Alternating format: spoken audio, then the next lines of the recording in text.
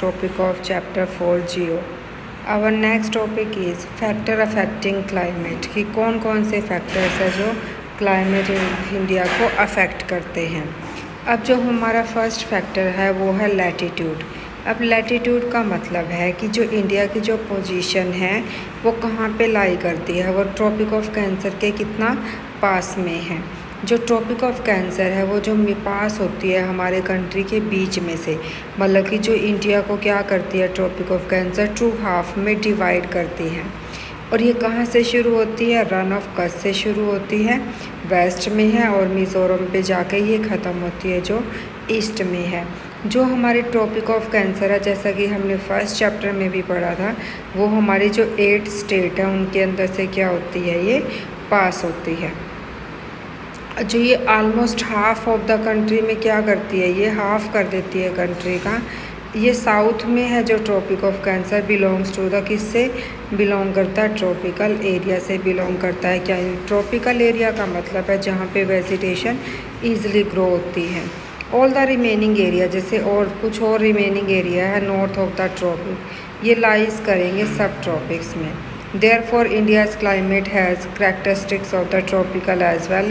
इसीलिए जो इंडिया का क्लाइमेट है वो ट्रॉपिकल के साथ साथ सब ट्रॉपिकल क्लाइमेट भी है। मतलब कि कुछ जगह पे वेजिटेशंस बहुत ज़्यादा होती है और अच्छे से होती है, कुछ जगह पे वेजिटेशंस नहीं होती। अब नेक्स्ट है हमारा एल्टीट्यूड। इंडिया में क्या है, माउंटेन्स है नॉर्थ में, जिनकी एवरेज हाइट कितनी है, 6000 मीटर्स है। अब इंडिया क्या करता है, ये कोस्टल एरिया है जहाँ पे कुछ कोस्टल एरिया भी है जहाँ पे मैक्सिमम एलिवेशन है वो कितनी ऊंचाई पर है, वो 30 मीटर तक ही है। तो हिमालय, जो हिमालय क्या करता है, प्रिवेंट करता है इंडिया को जो कोल्ड विंड्स आ रही है सेंट्रल एरिया से और जो एंटर करती है हमारे सब कॉन्टिनेंट के अंदर। ये किसकी वजह से होता है, माउंटेन्स की वजह से होता है। इसलिए जो इंडिया है क्या फेस करता है, एक सब कॉन्टिनेंट एक्सपीरियंस करता है कंपैरेटिव माइल्डर विंटर, मतलब कि जो ठंड होती है वो ज़्यादा ठंडी नहीं होती as compare to central Asia की, जैसे कि सेंट्रल एशिया के अंदर होती है। अब नेक्स्ट वन है हमारा प्रेशर एंड विंड्स। जो प्रेशर है विंड्स का वो भी डिपेंड करता है हमारे क्लाइमेट को बनाने में। जब ये प्रेशर है जो हमारा इंडिया का, ये गवर्न किया गया एटमॉस्फेरिक कंडीशंस है। कई बार देखा होगा कि हम गर्मियों में बोलते हैं ना कि अलग अलग हवाएं जो पूर्व से आती है उनमें पूर्वा, और जो पश्चिम से आती है उनको पछवा पवनें बोलते हैं। ऐसे ही जो ये विंड्स होती हैं ये भी अफेक्ट करती हैं प्रेशर एंड सरफेस विंड। कुछ क्या होती है, प्रेशर वाली विंड्स होती है और ये क्या करती है, सरफेस पे ही फ्लो करती है। कुछ अपर एयर सर्कुलेशन है, हमारे जो ऊपर का एटमॉस्फेयर है उसमें किस तरह का प्रेशर बन रहा है। Western cyclonic disturbance and tropical cyclones. अब जैसे कि अब जो ये हमारी बारिश हो रही है ये किसकी वजह से हो रही है, वेस्टर्न साइक्लोनिक डिस्टर्बेंस की वजह से होती है।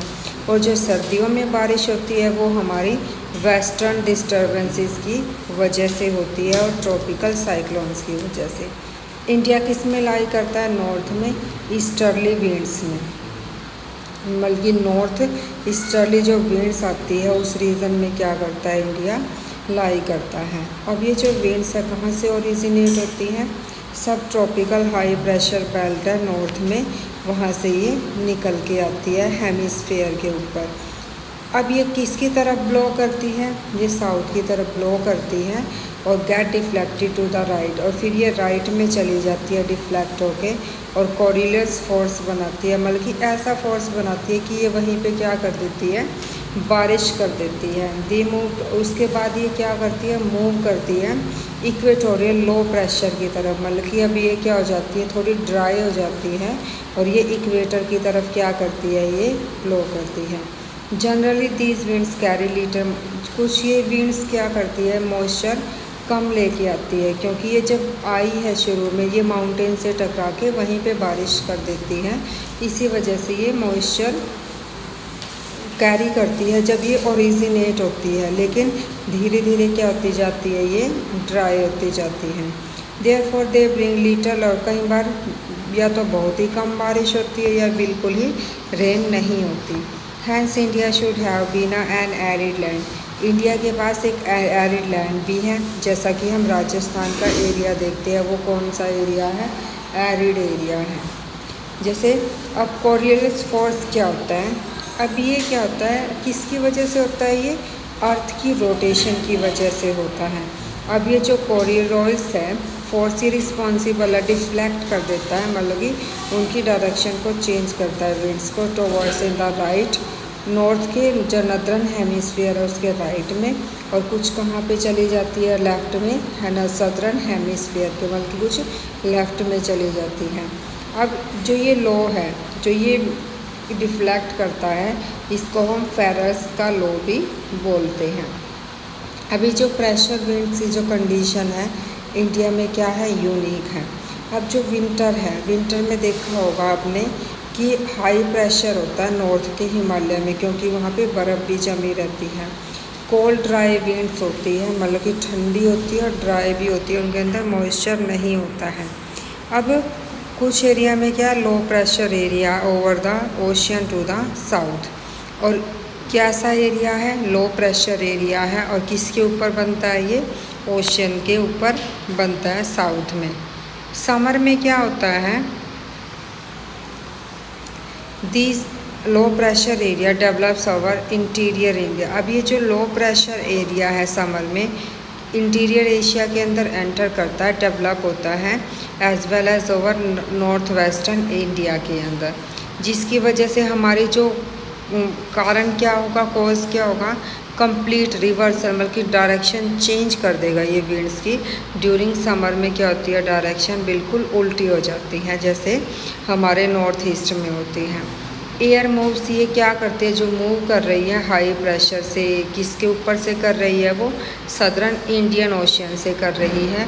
अब जो ये इंडियन ओशियन से उठ के आ रही है साउथ से, जो साउथ ईस्टर्ली डायरेक्शन से क्रॉसेस है, जब ये इक्वेटर को क्रॉस करती है तो टर्न्स राइट ओवर, तो ये क्या करती है, कुछ राइट में चली जाती है, और वहाँ पे ये लो प्रेशर एरिया में ये ब्लो करती है, किसमें, सब कॉन्टिनेंट के ऊपर। अब ये जो विंड है जो सर्दियों में होती है, उठती है, इनको हम कौन सी, साउथ वेस्ट मॉनसून विंड्स बोलते हैं।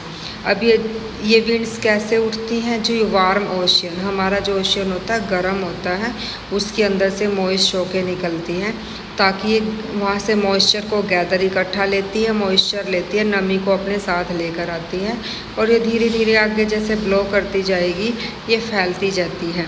और साथ के साथ जो मेनलैंड है इंडिया के, जो कुछ पार्ट में क्या करती है, ये बारिश कर देती है, मतलब कि कोस्टल एरिया पे। जो अपर एयर सर्कुलेशन है इसका इन दिस रीजन, इसको हम डोमिनेट करते हैं वेस्टर्ली फ्लो, जो वेस्ट की तरफ फ्लो करती है, और इसका जो मेन इम्पोर्टेंट कंपोनेंट है वो है जेट स्ट्रीम। अब ये जो जेट स्ट्रीम्स है वो क्या होती हैं, ये नाम दिया गया है ये स्ट्रीम्स को जो विंड ब्लो कर रही है। ये अप्रॉक्सीमेटली कितने ऊपर फ्लो करती है, ये 27 डिग्री से 30 डिग्री नॉर्थ लैटिट्यूड में ये ब्लो करती है, और दे आर नोन एज, ये सब ट्रॉपिकल वेस्टर्ली जेट स्ट्रीम भी हम इनको बोलते हैं, आप इसे अंडरलाइन करोगे। Over India these jet streams blow south of the Himalayas, और ये जेट स्ट्रीम से ये कहाँ पे ब्लो करती है, हिमालय के साउथ में। ऑल दो the year accept in summer, summer के अलावा क्या करती है ये, द वेस्टर्न साइक्लोनिक, मतलब कि वेस्टर्न, वेस्ट के अंदर क्या है हमारी जो अरेबियन सी है, हमारे ईस्ट में क्या है, हमारे साउथ ईस्ट में बे ऑफ बंगाल है, इसमें क्या होती है, साइक्लोन्स उठते हैं हमारे सी के अंदर, जो एक्सपीरियंस करते हैं नॉर्थ और north western part of the country. ये कौन सी विंड लेके आते हैं, वहाँ से वेस्टर्ली फ्लो वाली विंड लेके आते हैं। और समर में क्या होता है, जो सब ट्रॉपिकल जो वेस्टर्ली जेट स्ट्रीम्स ये मूव करती है नॉर्थ से हिमालय की तरफ with the apparent movement of the sun, बल्कि जो अपेरेंट मूवमेंट का बल्कि जो सन की डायरेक्शन होती है उसके डायरेक्शन में क्या करती है, ये मूव करती है। अब ये जो जेट स्ट्रीम्स है इनको हम क्या बोलते हैं, सब ट्रॉपिकल ईस्टर्ली जेट स्ट्रीम्स भी बोलते हैं, क्योंकि ये ईस्ट की तरफ क्या करती है, ब्लो करती है ओवर द पेनिनसुलर इंडिया। और ये अप्रोक्सीमेटली कहाँ पे करती है, 14 degree north during the summer month में करती है। अब ये जो साइक्लोनिक डिस्टर्बेंस है हमारी, वेस्टर्न साइक्लोनिक डिस्टर्बेंस, वो होती क्या है। जो वेस्टर्न साइक्लोनिक डिस्टर्बेंस है ये वेदर का फिनोमिना है, बल्कि जो हमारा वेदर बनता है, मौसम बनता है, उसका एक फिनोमिना है। ये विंटर मंथ में क्या करता है, बारिश लेके आता है। अब ये कहाँ से उठती है, वेस्टर्ली फ्लो करती है और मेडिटेरियन रीजन से ये उठती है। They usually influence the weather, और ये ज़्यादा कौन से एरिया को प्रभावित करती है, नॉर्थ और नॉर्थ वेस्टर्न पार्ट के रीजन को। अब जो ये ट्रॉपिकल साइक्लोन्स हैं कहाँ से निकलते हैं, मॉनसून में ही निकलते हैं, एज वेल एज द किस में, अक्टूबर और नवंबर में। And are part of the easterly flow, और किसका पार्ट होते हैं ये, ईस्टर्ली फ्लो विंड्स का। दिस डिस्टर्बेंस अफेक्ट द, जो ये हमारी जो ये विंड्स हैं, ये जो साइक्लोन्स उठ रहे हैं, ये किसको अफेक्ट करते हैं, कोस्टल रीजन को, कंट्री को अफेक्ट करते हैं। इसलिए जो हमारे कोस्टल एरिया होते हैं वहाँ ना तो ज़्यादा ठंड होती है और ना ही ज़्यादा गर्मी होती है। अभी देखा होगा जो अम्फान हमारा तूफ़ान आया है वो कहाँ पे आया है, आंध्र प्रदेश और तमिलनाडु में। उसने क्या किया है, काफ़ी तबाही मचाई है। इसलिए जो ये कोस्टल एरिया होते हैं, जब हमारी बे ऑफ बंगाल में साइक्लोनिक डिस्टर्बेंस उठते हैं, तो जिसकी वजह से क्या होता है, कई बार ये इतने ज़्यादा नुकसान लेके आते हैं, डिस्ट्रक्टिव होते हैं, जो हमारे कोस्टल एरियाज़ वाले स्टेट हैं उनको काफ़ी नुकसान पहुंचाते हैं। और इसका नाम जो होता है ये पहले से ही रख दिया जाता था। अब की बार जो तूफ़ान आया था वो कौन सा था, अम्फान था। ये हमने अपने जो फैक्टर्स है हमारे जो क्लाइमेट ऑफ इंडिया को अफेक्ट करते हैं वो हमने कर लिया है। अब जो नेक्स्ट टॉपिक था वो हमारा होगा द इंडियन मानसून, बल्कि इंडिया का जो मानसून है वो किस तरह का है, वो कैसे बनता है, विंटर कैसे बनती है, समर कैसे बनती है, ये हम नेक्स्ट वीडियो में कंटिन्यू करेंगे।